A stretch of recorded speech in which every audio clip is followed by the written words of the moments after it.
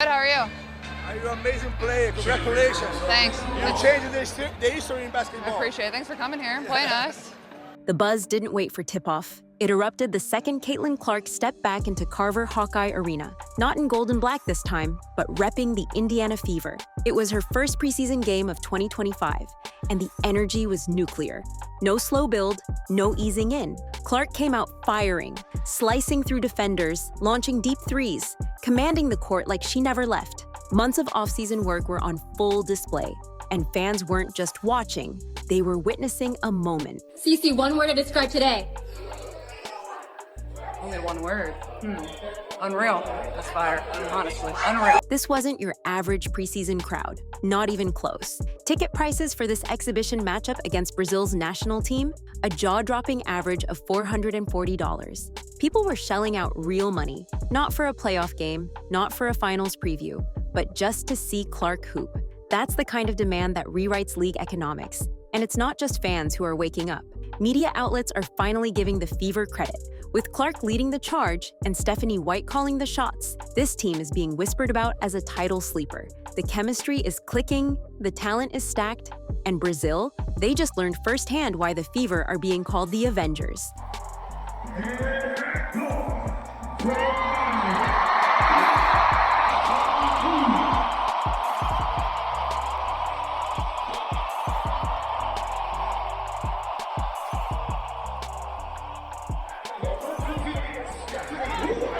What happens when a legend returns to where the story began? You get lines wrapping around the arena before sunset. You get fans standing for hours in Midwest humidity just to catch a glimpse of warm-ups. You get 15,000 people holding their breath for a preseason game that won't even count in the standings.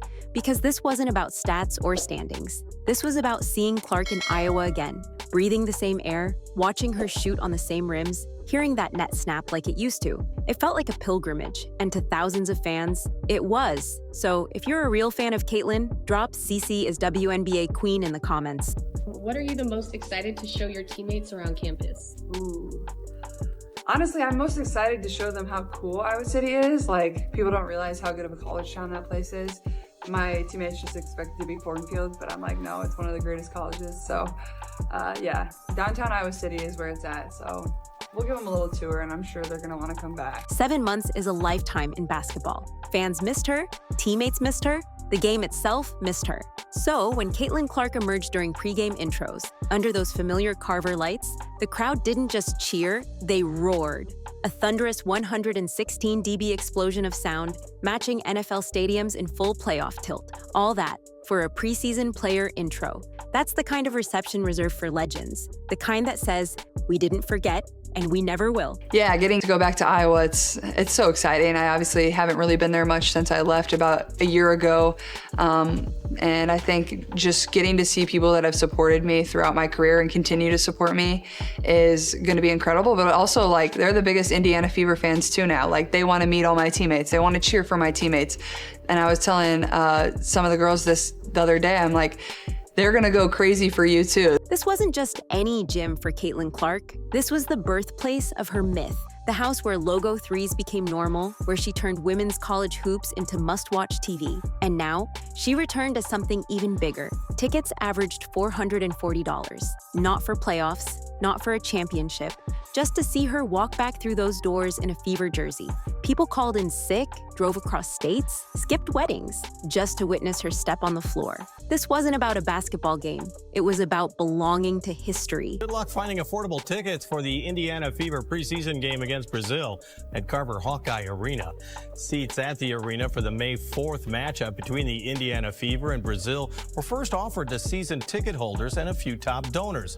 Didn't take long for them to be gone. Even her teammates knew this night was sacred.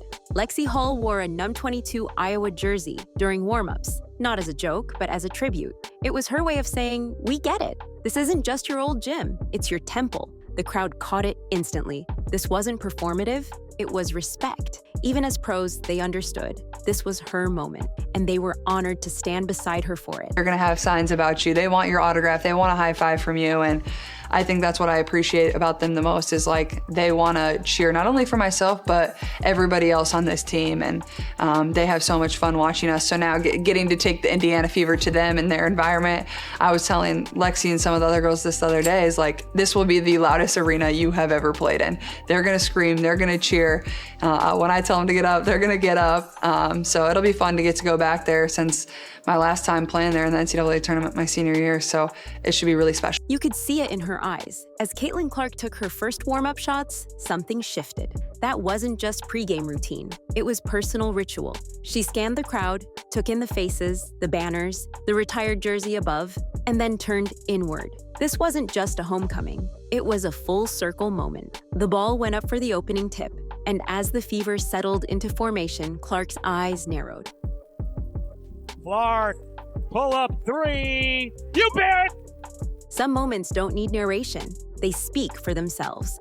Just minutes in, Clark set the tone with a classic three. Clean, fast, cold-blooded. But that was just the appetizer. What came in the third quarter? Legendary. 36 feet out, clock winding down, pull up. No hesitation. The shot wasn't just points. It was a signal flare to the league. Clark wasn't easing in. She was taking over. Better looking possessions of the day for Brazil. Here's Clark. Wow! You bet! From beyond the logo! And a little point after. From the first quarter, it was obvious. Clark hadn't lost a step. The confidence, unshakable. The vision, still surgical. Brazil couldn't keep up.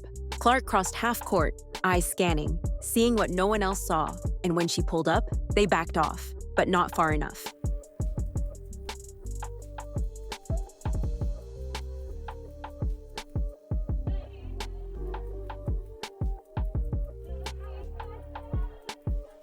The 36-footer came from the same spot she broke Kelsey Plum's NCAA record, under her retired jersey. Wearing Fever red, the arc was pure, the follow-through confident. It didn't touch rim, just net, a message to every doubter.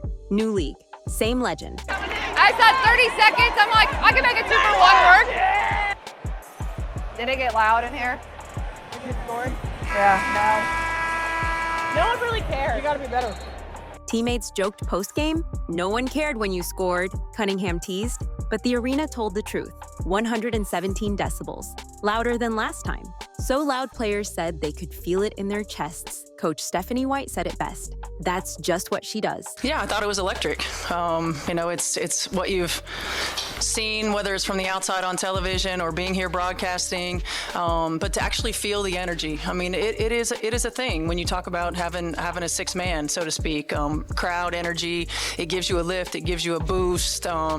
It's why we all do what we do, like to feed into these kinds of environments. And so it was a lot of fun. That shot wasn't just a clip, it was a manifesto. Range, fearlessness, Iowa roots, it told the story of a player who never stopped evolving. Clark wasn't reliving old magic. She was carving new ground. And the Fever, they followed her lead. They weren't just winning, they were having fun doing it. I think it's hard to put into words like what exactly it means to me. It's almost overwhelming to a point. Like I'm just very, very thankful to be able to come back to a place that continues to support me and see old friends that are having a great time getting to watch me do my thing, that don't play basketball anymore, that are just my friends, and spending time with them. Like even though it was just dinner last night, like it's just fun to come back here and like kind of feel like you're in college again in a way, but also it was a little weird like going in the locker room. Final score, 108-44.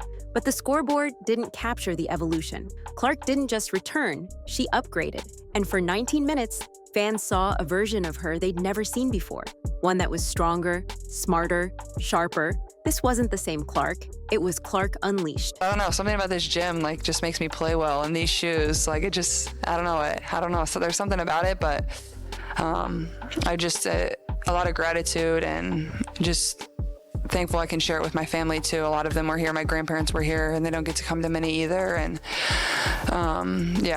these are the moments that like you never take for granted, and you kind of just want to stay in for forever. So she absorbed contact like a vet, plays that knocked her down last year. Now she finished through them.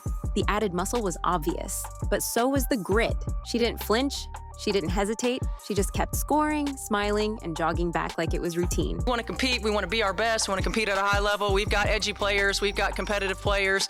And I guarantee you it doesn't matter if we're playing cards or if we're playing basketball. They want to win. And they want to do what it takes to win and position themselves to win. So I love that about this group. It means that we don't waste time in practice. They don't waste reps. They don't waste moments we have to get better. And it really is a joy to coach. One pass knifed through 2 defenders and hit Boston in stride. Another hit Mitchell's hands before she even realized she was open. The ball, perfect every time. But the best part? The joy. Clark was grinning, clapping, fist pumping, like someone finally doing what they loved, exactly where they belong. Hard, pull up 3, you bet! Extra feed, Hall, another, Lexio. Olsen, some trickery behind the bat. Hall elevates and drops it in. Here's Clark. Wow! You bet! From beyond the logo! And a little point afterwards. When Clark exited, the crowd rose as one. Not because they were told to, because they had to. It was gratitude, appreciation, closure. She hugged old Iowa staff, tears close to breaking through. "Thank you for always having my back," she said. The love, mutual, and endless. Honestly, I was really excited to just get out there and play, and especially getting to do it for the first time this season in front of these fans was really cool for myself. And just seeing the amount of people and young girls and young boys that stand there and scream for me to sign their stuff, I don't take that for granted. That's so cool. I would be lying to you if I thought that was just normal and everybody gets to do that. But this wasn't just Clark's coronation. This was the Fever's announcement. Last year's awkward chemistry, gone. The ball moved, the defense swarmed, and the bench celebrated every pass like a buzzer beater. This was not Clark and friends. This was a team. How important was it for you to showcase this to your Indiana Fever teammates? That this is special. Well, I'm just thankful I could bring them all here. I wouldn't be who I am if it wasn't for them. So, this is what women's basketball is all about. And all these people, 15,000 people and more, love them too. So that's what it's about. Kelsey Mitchell dropped 17, hit 4 threes, and played the defense like her job depended on it. Clark found her in rhythm all night, and when asked about the difference from their preseason opener, Clark didn't hold back. It wasn't choppy like the Washington game. Translation, they're locked in now. Use it. Another chance here for Indiana. Here's Mitchell, wiggling and cupping it in. Aaliyah Boston was surgical. 11 points, 7 rebounds, 5 assists. But the real stat, control. She anchored the offense, made perfect reads, and punished mismatches. She and Clark are building something scary, a duo that could define the next decade. You have the 3 teenagers on the roster as well. Here's Mitchell popping and hitting from 3. Carver-Hawkeye wasn't just a homecoming, it was a forecast. Clark waved, smiled, and said, "See you soon." And she wasn't just talking to Iowa, she was talking to the league. This Fever team, it's not just hers, it's rising together, with vets, rookies, and coaching all aligned. 2025 isn't just another season, it's a new era, and Caitlin Clark is right at the center of it.